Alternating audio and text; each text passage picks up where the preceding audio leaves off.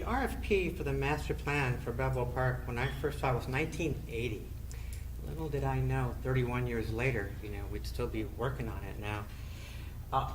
My role today is to give, you've all heard about the master plan and maybe even the one before, but you may not know exactly, what's involved. Now, one of the things to me that even the 1960 plan called for, and for the first time, I have never heard almost everybody in agreement that we need to remove parking from the Plaza de Panama. That is something that everybody is in agreement with. The cars in the plaza we'll talk about here in a second, but parking, and this is big because when I worked on the master plan, this was not a slam dunk. I mean, it was something that people were very, very opposed to. Now, just for the record, the 1960 Bartholomew Plan actually was the reigning master plan until 1989.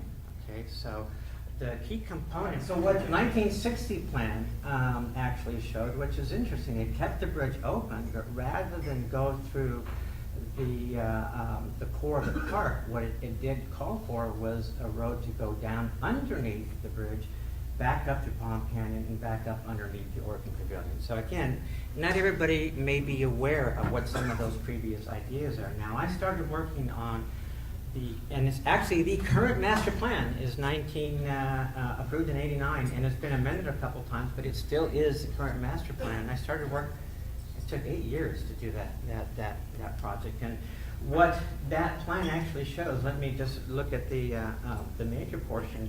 That notion of taking parking out of the plaza actually was a continuation of what was considered in 1960. So again, it is something that is not a new idea. And that is actually a graphic from the master plan itself. Now note that in the 1989 version of the plan, there was a lot more vegetation in the plaza, but still that whole idea of cutting the corner but removing parking, that's when it was first thrown out. Now 1992 was a precise plan, and again, let me just go a little bit quick here, but just to give you an idea what the components are.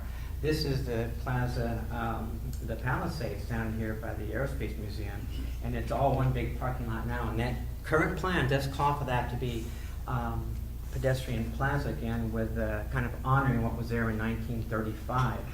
A lot of ideas were thrown out as to where parking should go. I'll talk about those here in a minute. But what that plan actually showed, the precise plan, was keeping the bridge open, cutting the corner, making the Alcazar parking lot mainly for disabled parking structure in the Orkin Pavilion parking lot, the top level of which was going to be, it was first actually talked about in this plan, it was going to be a garden, a green roof, and the top level of which should not be any taller than the finished floor of the Orkin Pavilion. And then, of course, there was a drop-off here, and then back across, and there was parking on the periphery. Now, kind of showing what let me go back. This is the Plaza de Panama, and what's shown is that rather than what happens now is that a pedestrian walks to the plaza and it feels like a parking lot. If we turn it the other way around and actually, all right, if in fact cars have to go through here, make them feel like they're going through a pedestrian plaza. Are there examples of that throughout the world? Yes, and I'll show you some here in a minute. This is, of course, what it looked like in 1915, and this is Earth Day, a typical Earth Day where they do close it to automobiles. Now, what it looks like graphically, there is, the existing aerial photograph. Here's what it would look like, and in red is what you see then in the cars kind of cutting that corner, going on to the Alcazar. Now, this is an example of a plaza in Europe, and you can see there's a lot of examples where cars do cut the corner, and that's been some of the controversy. Is it appropriate to have cars in here or not? And are there conflicts? And there's no question. I mean, it would have been my preference that there be no parking there. And actually, and I know this has been an issue. At the time, one of the concepts, as you'll see, was to actually close the bridge. And twice in the last 30 years, the bridge has been closed for a number of purposes, and it will be again over the next few months for retrofitting for earthquakes. Okay, so it'll be a good test to see what happens when the bridge is actually closed. Another example of a plaza in Mexico. Here's what it looks like now. Here's a simulation I did to show what the plaza might look like afterwards. Now, the other thing that also happened was the zoo, of course, had their, and I think we did come to the ULI meeting years ago and actually presented this proposal. But the key notion is to be able to walk from the new zoo entrance all the way down to the Palisades without crossing a single street, okay? And that was important, and that's one of the things that the Balboa Park Promenade, which is in fact now part of the Balboa Park Master Plan and the Central Mesa Precise Plan, outlined here in red, is a 4,500 space parking structure, and there's, Mixed Museum is right in here. So that was one of the, it's still a current plan. Probably, it's not going to be something that's going to be, built immediately, because it was a few $1 million to build that. Here's what it might look like afterwards. Again, linking the zoo to the rest of the product. Now, briefly, it's important for me to talk about some of the alternatives. Mark's going to focus in more detail on those alternatives, but relative to the master plan, I think it's important for me to show you what some of the ideas were back then. I'll go through here very quickly, David, don't worry. One of the options was to keep this open two ways, okay, and actually have a bypass bridge.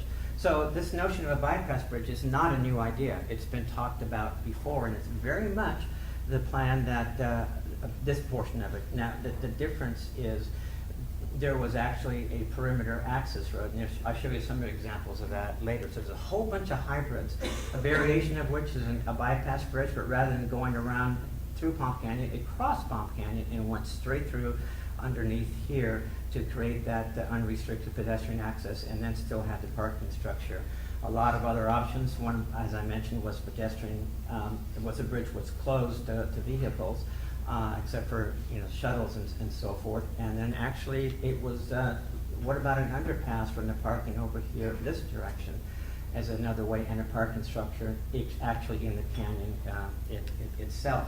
Other options again was to perhaps maybe go back down, close the bridge, but the Quince Street off-ramp, make it an actual two-way bridge again, and actually have Quince going down and around. And there were some grading studies done. I actually did this years ago. And this one actually had a parking structure, or parking lot, just west of the old Globe, coming back around. So again, just to give you a sense of all the number of different options that were actually thrown out here, and most of them were thrown out. To going back down around, for example, let's do everything on a perimeter and actually have no internal circulation at all, and being that visually this is not the most, it's kind of the back doors of the museum. So that was one idea that we looked at. Several other variations I'm not going to get into them, but just to remind you, as I said earlier, it was closed several times, and there have been a lot of articles over the years that have said that. Remember the Frank Lloyd Wright House years ago? They actually was there for many, many months. I mean, the bridge was closed, there was no parking here. And it actually, it was a kind of a special event, so that's perhaps not a fair assessment. Another option, and I'm sure Mark will talk about, is to keep the bridge open, but manage it, maybe close it sometimes, and have it one way in, one way out during key times, so it's not necessarily closed, to help address some of the circulation issues. That the reason that we threw out the bypass alternative in the EIR the first go around was, there were actually four major reasons. Number one was the visual impact, from a historical perspective, has been talked about. The pedestrian impact that Mike mentioned as well, and also the visual impacts to Palm Canyon, but also the fact that the amount of money that would be spent to build that would be better served to actually improve the interpark, the shuttle system. So that's a quick background. Thank you.